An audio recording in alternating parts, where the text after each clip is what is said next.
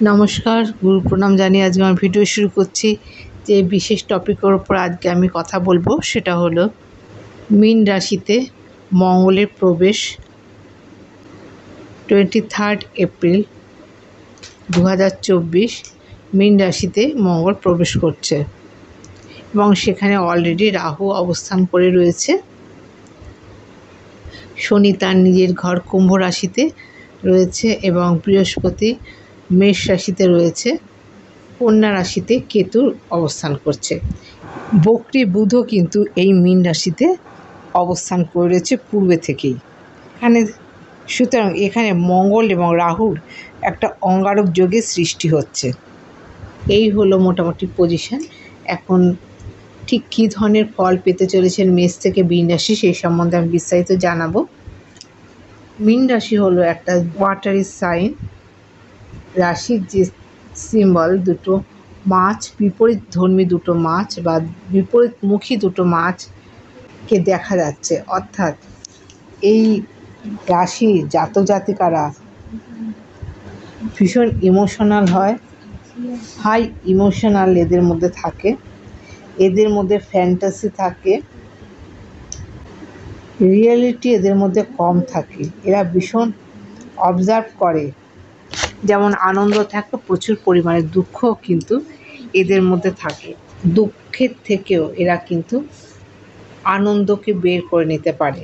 এদের মধ্যে প্রকৃতির সত্তা ভীষণভাবে থাকে। এরা ভীষণ প্রকৃতি প্রিয় হয়, স্পিরিচুয়ালিটি থাকে এদের মধ্যে,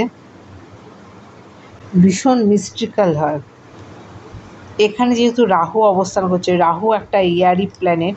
23 এপ্রিল মঙ্গল যখন সেখানে প্রবেশ করবে, মঙ্গল কিন্তু একটা ফাইটার। মঙ্গল শুধু এগিয়ে যায় এবং যুদ্ধ করে। যে কোনো কিছুর এগেনস্টে যুদ্ধ ঘোষণা করা কিন্তু মঙ্গলের প্রধান কাজ। মঙ্গল অত্যন্ত সাহসী ফাইটার প্ল্যানেট এবং ফায়ারি সাইনের। রাহু যেমন এয়ারি সাইন, মঙ্গল ফায়ারি সাইন। এবং মীন রাশি হলো জলতত্ত্বের রাশি। এখানে জলতত্ত্বের মধ্যে মঙ্গল এবং রাহুর অবস্থান কিন্তু খানিকটা বিপরীতধর্মী। ইমোশনাল তেমন ক্রিয়েটিভ, হাই ক্রিয়েটিভ লেভেল কিন্তু এদের মধ্যে থাকে। এরা যে কোনো জায়গায় অনায়াসে নিজেদেরকে খাপ খাইয়ে নেয়, সৃজন। এবার আমি বলবো 12টা রাশির মধ্যে মীন রাশির ঠিক কী ধরনের ফলাফল পেতে চলেছেন। মীন রাশির দ্বাদশে কিন্তু মঙ্গল প্রবেশ করছে। মেষ রাশির অধিপতি মঙ্গল আপনাদের দ্বাদশে এবং মীন রাশিতে প্রবেশ করতে চলেছে এবং সেখানে রাহু বসে আছে। বিশেষ করে যারা ট্যুর অ্যান্ড ট্রাভেলের বিজনেস করছেন তাদের জন্য একটা পজিটিভ জায়গা অবশ্যই দেখা যাচ্ছে। মঙ্গল এখানে থাকাতে কোনো কারণে তর্কের বা কোনো ঝামেলায় জড়িয়ে পড়তে পারেন। কোনো কারণে রাগবশত কোনো কথা বলে ফেলা, সত্যি কথাই হয়তো বলে ফেললেন, সেটা আপনাদের ক্ষতির কারণ হলো। বসের সাথে বা কোনো প্রিয়জনের সাথে এই নিয়ে কিন্তু মনোমালিন্য সৃষ্টি হতে পারে। এটা আপনাদের জন্য ক্ষতির কারণ হতে পারে। তবে বিদেশ যাত্রার জন্য মেষ রাশির ভীষণ ভালো সময় দেখা যাচ্ছে। এখানে গিয়ে আপনারা বিজনেস যেমন করতে পারবেন, টাকা ইনভেস্ট করে কোনো নতুন প্রজেক্ট বা নতুন বিজনেস চালু করতে পারবেন। যারা জবের জন্য যাচ্ছেন সেটাও কিন্তু ভীষণভাবে পজিটিভ থাকছে। তবে শারীরিক ব্যাপারে কিছু মেডিকেল এক্সপেন্স কিন্তু হতে পারে, এই দিকে একটু খেয়াল রাখতে হবে। বৃষরাশির একাদশে এই ট্রানজিট হবে। এখানে মঙ্গল থাকাতে আপনারা বাড়ি ভূ সম্পত্তি কেনার জন্য ভীষণ পজিটিভ থাকছে এবং যারা প্রোমোটার, যারা কনস্ট্রাকশনের বিজনেস করছেন তাদের জন্য একটা গোল্ডেন পিরিয়ড আসতে চলেছে। এবং বা দালালি বিজনেস যাদের আছে বা যারা এজেন্ট, কোনো শেয়ারের এজেন্ট বা যে কোনো এজেন্সিমূলক কাজ কিন্তু এই ট্রানজিটে ভীষণ ভালো হবে। অনলাইনে যারা জব করছেন বা অনলাইনের কাজ ভীষণভাবে কিন্তু এই ট্রানজিটে ইমপ্রুভ করবে। বড় ভাই বোনের সাথে সম্পর্ক ভালো রাখার চেষ্টা করবেন। বন্ধু সার্কেল বৃদ্ধি পাবে এবং একটা সাকসেস রেট কিন্তু যে কোনো কাজে একটা বৃদ্ধি পাবে। মিথুন রাশির কিন্তু 10th হাউসে এই ট্রানজিট চলবে। যে কোনো জব কিন্তু করবেন সেদিকে, যারা পলিটিক্স করছেন বা রাজনৈতিক নেতা নেত্রী তাদের জন্য ভীষণ পজিটিভ থাকছে। তবে যত উঁচু লেভেলে পলিটিক্সের লেভেল যত উঁচুতে থাকবে সেখান থেকে কিন্তু একটা কনফ্লিক্ট বা একটা ঝামেলা বা অশান্তি, মার দাঙ্গার একটা কিন্তু পরিস্থিতি আসতে পারে, সেদিকে অ্যালার্ট থাকতে হবে। তবে জবের ক্ষেত্রে অবশ্যই ভীষণ ভালো থাকছে। অ্যাডমিনিস্ট্রেটিভ লেভেলে কোনো কর্ম থাকলে বা কাজ থাকলে, বা যারা মিলিটারি, যারা পুলিশ, যারা ফোর্স নিয়ে কাজ করছেন, যারা ফায়ার ব্রিগেডে চাকরি করছে তাদের জন্য ভীষণ পজিটিভ থাকতে চলেছে এই ট্রানজিট। যারা সার্জেন্ট তাদের জন্য ভীষণ পজিটিভ থাকছে। আসছে কর্কট রাশির নবমে এই ট্রানজিট চলছে। পিতার সাথে ভালো সম্পর্ক রাখার চেষ্টা করুন। পিতার আশীর্বাদ এই সময় নেওয়া আপনাদের জন্য শুভ হবে। তবে দূর ভ্রমণ কিন্তু এই সময় হবে, বা উচ্চশিক্ষার যোগ যারা করছেন তাদের জন্য ভীষণভাবে পজিটিভ থাকছে। যারা কম্পিটিটিভ লেভেলে যারা পরীক্ষা দিচ্ছেন তাদের জন্য এই ট্রানজিট বিশেষভাবে পজিটিভ থাকছে। দূর যাত্রা এই সময় হবে। তবে লাক এই সময় আপনাদের ফেভার করবে। ভাগ্যের সাপোর্ট এই সময় আপনারা পাবেন। যতটা মনে করছেন ভাগ্যের সাপোর্ট পাবেন বা আশানুরূপ কাজ করতে একটু কিন্তু বাধার সম্মুখীন হবেন। কোনো তীর্থ ভ্রমণ হতে পারে এই ট্রানজিটে আপনাদের। সিংহ রাশির অষ্টমে এই ট্রানজিট হবে।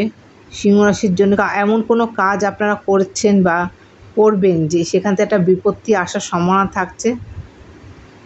শ্বশুরবাড়ির পরিবার থেকে কোনো নেগেটিভিটি আসতে পারে। গবেষণাধর্মী কাজ করছেন সেখান থেকে একটা পজিটিভ জায়গা আপনারা দেখতে পাবেন। আনএক্সপেক্টেড কোনো গেইন কিন্তু এই সময় আপনারা করতে পারেন। আসছে কন্যা রাশির সপ্তমে এই ট্রানজিট হবে। বিবাহিত জীবনে কিছু সমস্যার সম্মুখীন কিন্তু এই সময় আপনারা হবেন। এবং যারা বিজনেস করছেন তারা বিজনেস করার সময় পার্টনার কিন্তু ভীষণ সাবধানে পার্টনার চুজ করতে হবে। পার্টনার সাথে কোনো কারণে ঝামেলা হতে পারে, সেই দিকে একটু খেয়াল রাখবেন। টাকা ইনভেস্ট করতে একটু সতর্কতার সঙ্গে করবেন। তুলা রাশি ষষ্ঠে ট্রানজিট হবে। শারীরিক কোনো সমস্যা বা কোনো ইনফেকশান এই সময় আপনাদের আসতে পারে। যারা কম্পিটিটিভ এক্সাম দিচ্ছেন তাদের জন্য জায়গা পজিটিভ থাকছে। যারা জব করছেন তাদের জন্য নতুন জবের সুযোগ এই সময় আসতে পারে। তবে কর্মক্ষেত্রে কোনো ঝামেলার সৃষ্টি হতে পারে, সেই দিকে অ্যালার্ট থাকবেন। আসছি বৃশ্চিক রাশি। বৃশ্চিক রাশির লগ্নপতি ট্রানজিটের আওতায় থাকছেন। শারীরিক কোনো সমস্যা আসতে পারে বা কোনো ইনফেকশান এই সময় আপনাদের কষ্ট দিতে পারে।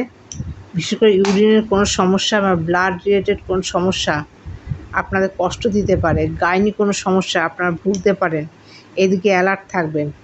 কোনো রকম ঝামেলা, কোনো রকম কথাবার্তার মধ্যে একটা খুব সাবধানে কথাবার্তা বলবেন, সেখান থেকে একটা ঝামেলার সৃষ্টি হতে পারে। যারা পলিটিক্স নিয়ে বা রাজনৈতিকভাবে যারা সক্রিয় তাদের জন্য জায়গা পজিটিভ থাকছে। সন্তান আনার ক্ষেত্রে একটু সতর্কতা অবলম্বন করতে হবে। সন্তানের জন্য কোনো চিন্তা এই সময় আপনাদের থাকতে পারে। তবে ক্রিয়েটিভ লেভেলে যারা আছেন তাদের জন্য জায়গা পজিটিভ থাকছে। আসি ধনুরাশিতে। ধনুরাশির চতুর্থে এই ট্রানজিট হবে। এডুকেশন সেক্টর ভালো থাকবে, তবে কোনো কারণে অমনোযোগিতার কারণে কিন্তু ছোটোখাটো ভুল হতে পারে, সিলিং মিস্টেক হতে পারে। যতটা রেজাল্ট প্রাপ্য ততটা কিন্তু সেভাবে নাও পেতে পারেন। তবে এই ট্রানজিট আপনাদের পজিটিভ থাকছে। বাড়ি গাড়ি কেনার জন্য, স্থাবর অস্থাবর জিনিস কেনার জন্য ভীষণ পজিটিভ থাকছে। মায়ের শরীর দিকে অবশ্যই একটু নজর রাখবেন, মায়ের শারীরিক সমস্যা আসতে পারে। মেন্টাল পিস খানিকটা ব্যাহত হতে পারে। আসছি মকর রাশির তৃতীয় এই ট্রানজিট চলবে। ছোট ভাই বোনের সাথে সম্পর্ক ভালো রাখার চেষ্টা করুন। সময় নানা দিক দিয়ে সুযোগ আসতে পারে। ছোটোখাটো ভ্রমণ বা যাতায়াত কিন্তু এই ট্রানজিটে আপনারা পাবেন। ডকুমেন্টস এই সময় খুব সাবধানে রাখবেন, হারিয়ে যেতে পারে বা কোনো কারণে সেখান থেকে সমস্যায় পড়তে পারেন, এই কিন্তু একটু অ্যালার্ট থাকবেন। আসছি কুম্ভ রাশিতে। কুম্ভ রাশির দ্বাদশে ট্রানজিট চলছে। আয়ের থেকে ব্যয়ের সম্ভাবনা বেশি থাকবে। মানসিক প্রশান্তির অভাব থাকবে। কোনো কারণে পরিবারের সাথে ঝামেলায় জড়িয়ে যাওয়ার সম্ভাবনা থাকতে পারে। নিজের রাগকে কন্ট্রোল করার চেষ্টা করুন। বিদেশে যাওয়ার জন্য সুসময় থাকছে। অর্থ বেরিয়ে যাওয়ার একটা সম্ভাবনা কিন্তু থাকছে কুম্ভ রাশির জন্য। আসছে মীন লগ্নে। লগ্নে এই ট্রানজিট হচ্ছে, এই অঙ্গারক যোগের সৃষ্টি হচ্ছে। যে কোনো কারণে হঠাৎ কিন্তু আপনারা কোনো কারণে রাগ করে একটা কথা বলে ফেলতে পারেন। সেই কথার থেকে আপনাদের ক্ষতি হতে পারে এবং সবসময় মাথাকে ঠান্ডা রাখার চেষ্টা করবেন। যে কোনো কথা বলার আগে দুবার চিন্তা করবেন। আপনার দ্বিতীয়পতি যেহেতু মঙ্গল এবং অষ্টমপতি মঙ্গল, খাদ্যদ্রব্য থেকে কোনো রকম অসুস্থতা আসতে পারে। কথাবার্তা সাবধানে অবশ্যই বলবেন এবং অর্থ খরচ কিন্তু এই ট্রানজিটে আপনাদের দেখা যাচ্ছে। আশা করছি প্রয়োজনীয় তথ্য আপনাদের জানাতে পারলাম। আজকের মতো এখানেই শেষ করছি। নমস্কার।